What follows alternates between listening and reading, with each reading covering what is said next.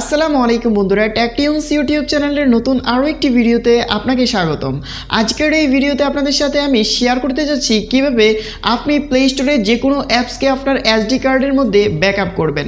Like আমরা অনেকেই play store থেকে অনেক অ্যাপস আমাদের ফোনের মধ্যে ইনস্টল করি, কিন্তু বন্ধুরা যখন আমাদের ফোনটি রিস্টোর হয়ে যায় বা আমরা যদি কোনো কারণে ফোনটিকে ফ্যাক্টরি রিসেট করি, তখন দেখা যায় কি ইনস্টল করা সেই সকল অ্যাপস কিন্তু আমাদের ফোন থেকে রিমুভ হয়ে যায়।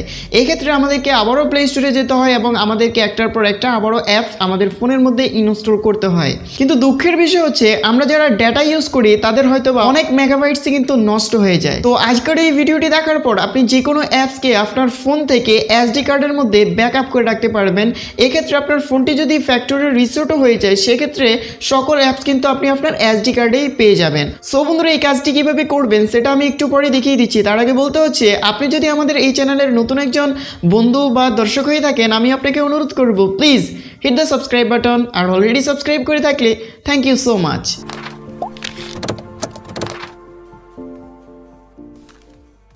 ওকে, so friends, first of all এই অ্যাপসটিকে ডাউনলোড করার জন্য সরাসরি চলে যেতে হবে গুগল প্লে স্টোরে। সো গুগল প্লে স্টোরে যাওয়ার পর আপনাদেরকে সার্চ বারের উপর একটাবার ক্লিক করতে হবে, দেন অ্যাপ ব্যাকআপ লিখে সার্চ করতে হবে। অ্যাপ ব্যাকআপ লিখে সার্চ করার পর সর্বপ্রথম যে অ্যাপসটি আসবে, app backup and restore easiest backup tool, এই অ্যাপসটিকে আপনাদের ফোনের মধ্যে ইনস্টল করে নিতে হবে। সো বন্ধুরা, অ্যাপসটিকে ইনস্টল করার পর সিম্পলি আপনাদেরকে এই অ্যাপসটিকে করতে হবে ওপেন। সো বন্ধুরা, ওপেন করার পরে এখানে পারমিশন চাইবে। সো পারমিশনটাকে আপনাকে অ্যালাউ করে দিতে হবে অ্যান্ড দেন গট ইট, এখানটা একটা আবার ক্লিক করতে হবে, দেন ডান। ওকে, সো এখন আপনি যে অ্যাপসটিকে ব্যাকআপ করতে চান সেই অ্যাপসটি আপনাকে মার্ক করতে হবে। লাইক আপনার যে যে অ্যাপসটি প্রয়োজন সেগুলোকে আপনাকে অবশ্যই মার্ক করতে হবে। মার্ক করার পর সিম্পলি দেখুন আমি এখানে 27টা সিলেক্ট করেছি। সো আপনি আপনার মন মতো যেগুলো ব্যাকআপ করতেছেন সেগুলো আপনাকে সিলেক্ট করে দেন। এখান থেকে যে দেখুন ব্যাকআপ বলে একটি অপশান দেওয়া আছে, সিম্পলি আপনারা এই ব্যাকআপ অপশানটা একটাবার ক্লিক করবেন। ক্লিক করার পর এটা 100% হবে। সো আপনাকে একটু ওয়েট করতে হবে। ওকে, ব্যাকআপ সাকসেসফুল। সো এখন আপনি সরাসরি আপনার ফোন মেমোরিতে চলে যান। তো আমি সরাসরি আমার ফোন মেমোরিতে চলে যাচ্ছি অ্যান্ড দেন এখানে একটু নিচের দিকে স্ক্রোল ডাউন করবেন। সো নিচের দিকে স্ক্রোল ডাউন করার পর এখানে দেখতে পারবেন movie use app backup. So simply আপনাদেরকে এই ফোল্ডারে চলে যেতে হবে। যাওয়ার পরে দেখতে পারবেন যেগুলো আপনি ব্যাকআপ করেছেন সেগুলো এখানে কিন্তু অ্যাভেলেবেল।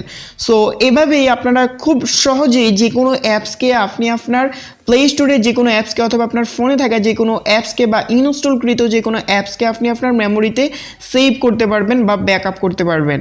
সো বন্ধুরা, আই হোপ আপনারা বুঝতে পেরেছেন যে কিভাবে একটি অ্যাপসের মাধ্যমে খুব সহজেই যে কোনো অ্যাপসকে ব্যাকআপ করা যায়।